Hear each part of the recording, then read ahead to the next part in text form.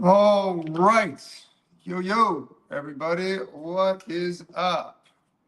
So, today I am talking. Today I am talking about post SI joint fusion pain. Now, anybody that knows me, I published a paper that statistically made medical history according to AI, getting up to 26 times the readership of a typical orthopedic paper 3 to 5 years post publication annually on root cause of SI joint dysfunction. Okay, that's the name of the paper, root cause of SI joint dysfunction. Okay, now obviously, I wish I had gotten my hands on these patients before, or one of my students. Okay, but a lot of times, the orthopedic sends them to a physical therapist and they don't get better, and then that's where the surgery comes in. Okay. Now, over the years, I have been able to help a fair amount of people with SI joint fusion. But here's the deal. When I evaluate these patients, okay, they have it's interesting because in my paper, Root Cause of SI Joint Dysfunction, I propose that this is basically all I do all day long is SI joint. I propose that SI joint dysfunction is caused from an upslip and or upflare of the pelvis, up. Okay? Usually have a sacral torsion, but as far as the SI joint goes, up, out. Okay? So when these people have a upslip and outflare, when they come in, I find that the upslip, from what I can tell on my prone press up test on the PSIS bilaterally, so you have the patient prone press up test, put your thumbs on the knobs where your thumbs flop over, okay, and have them extend back, okay, or press up, right, and the thumb that rises is a upslip, okay, in my paper, okay, but so you have to pull on the person's leg and get that down. You can't do anything to the outflare until you get that down. Okay, I find. So if the person has an upslip and you try to cap open the outflare, you're just jamming, like shearing bone pain against bone, and it hurts. And the person will tell you, "Ow," you know. Okay, but what I find post SI joint fusion surgery is that these patients don't have the upslip that I can see anymore. You ask them to do a prone press up test, both thumbs drop. Both thumbs drop like that, and they go back. Okay, like they should. Okay, but these patients still have out flares that show up in my clinic. So they're like that. Okay, now they put in, from what I understand, a 10-inch like screw straight through here. Okay, like through here into the sacrum. Ouch. And so you can get on when you do my SI realignment technique. You can get them on their side and push medial on the ASIS like that, and you can feel it move actually. So you can feel it move through this screw that's anchored from the ilium into the sacrum. You can actually feel it move, which is, okay, great. So what you do is you put them on my SI protocol I recommend, but what I do is you can strengthen the adductors there, okay? I still strengthen the gluteus medius, okay? Because the person, if they have a little bit of an upslip, I don't even know if you can bring that down after the screw went in, but if they have a little bit of an upslip, then we can bring that down, maybe, okay? But, okay, so let's talk about this recent case that I had, okay? So a patient came in and she could barely walk back into my room here. And she could barely walk back into my room. She hobbled, kind of dragging her leg, right? And and I see on the chart SI joint fusion. I'm like, oh no, I wish I could have seen this lady before that, right? And she said to me, she said, tried everything type story, right? And eventually she agreed to have her SI joint fused. Okay. Now, after the surgery, she reported more weakness to the point that when I asked her post-SI joint fusion to lay on my mat, she literally had to go like this, lift her leg up, not because of pain, because of weakness, right? And I'm like, why are you doing that? And she said that after my surgery, I couldn't lift my leg up. I didn't have any strength in my leg, right? So then I asked the patient to lay on her side and do adduction. And she's like this. She can't get her leg off the mat.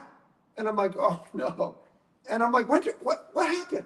And I'm like, were you like this before? You know? And she goes, no. She goes, this happened after, you know? I woke up to this, you know, after the surgery type thing, right? And I'm like, oh man, you know, so I'm like, look, I tell people the truth. I don't sugarcoat things.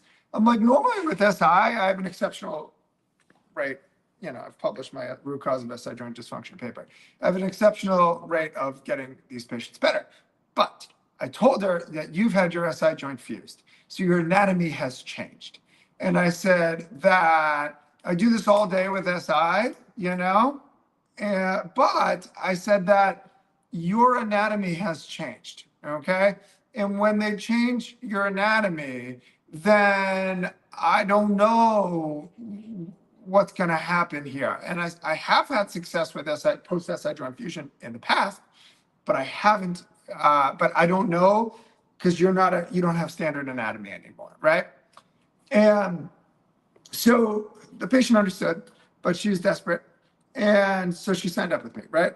So I'm telling her this is going to take like 6 months, judging from the level of weakness that she has, right? I'm like, you know, like this is severe, you know, what you got going. You can't even lift your leg up, right?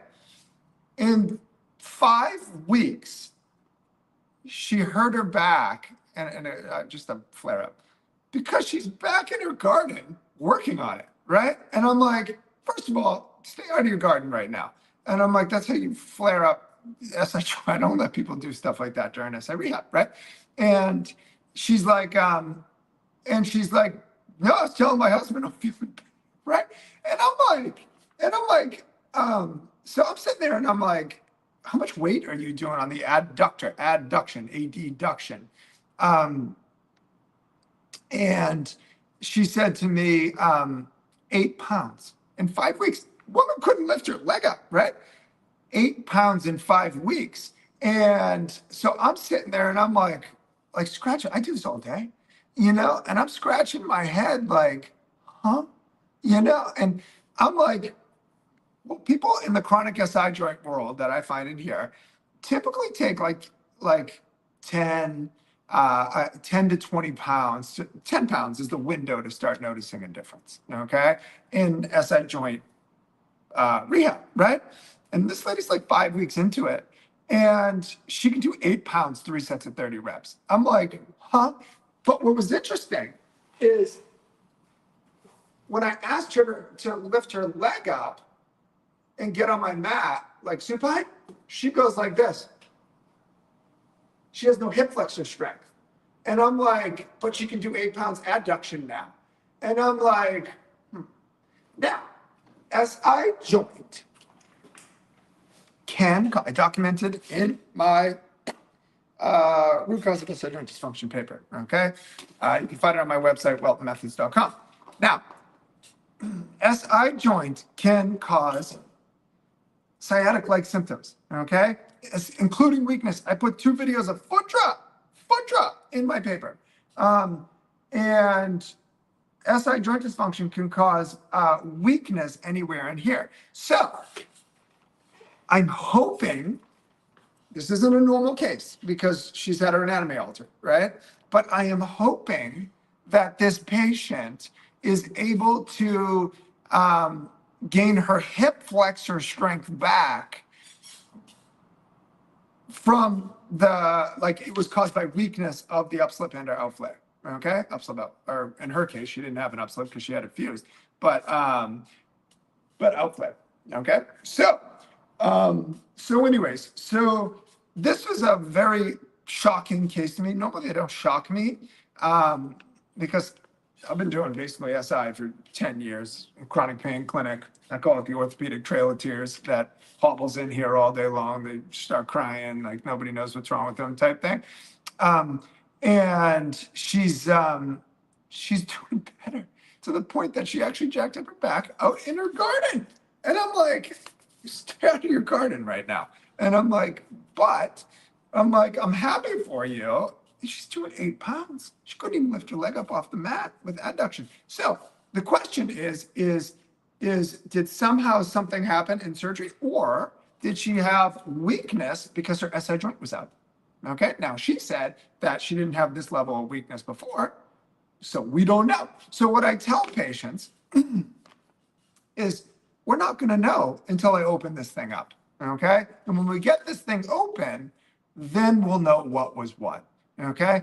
And, so, and it's like it with, when you're deducing referred pain, especially when there's a mechanical issue involved, when you get the mechanics of it fixed, then you find out what was what, like what was causing, was it nerve? Was it SI, referred pain, et cetera, et cetera. So if you are interested in learning more, comment below clinical. I have a clinical mentorship. You get 59% off all my courses and weekly teachings with Q&A. You get to be part of my elite community of exceptional clinicians that I aim to teach. And then if you also want to learn my cash-based clinic, 7-figure, 20-hour-a-week model based off of my clinical methods, very different. We don't have competition. I statistically refer out more patients than I accept in here. Okay. So I don't have competition, and we market up to 3 hours away, 3-hour drive away. Okay. So we don't really have competition. Okay. I don't use sales techniques. I just get the person out of pain using my clinical methods, and that is the sale. That's what the patient's looking for. Does that make sense? So 7 figures, 20 hours a week, limited spots.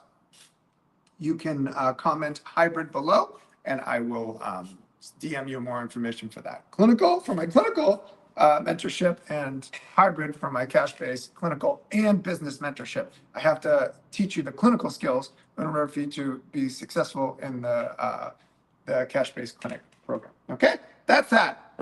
With SI joint fusion surgeries, give it a try. Give it a try. I've been successful with them. I wish I got to them first, but I've been successful with them. Okay, that's that. Peace. Love you all.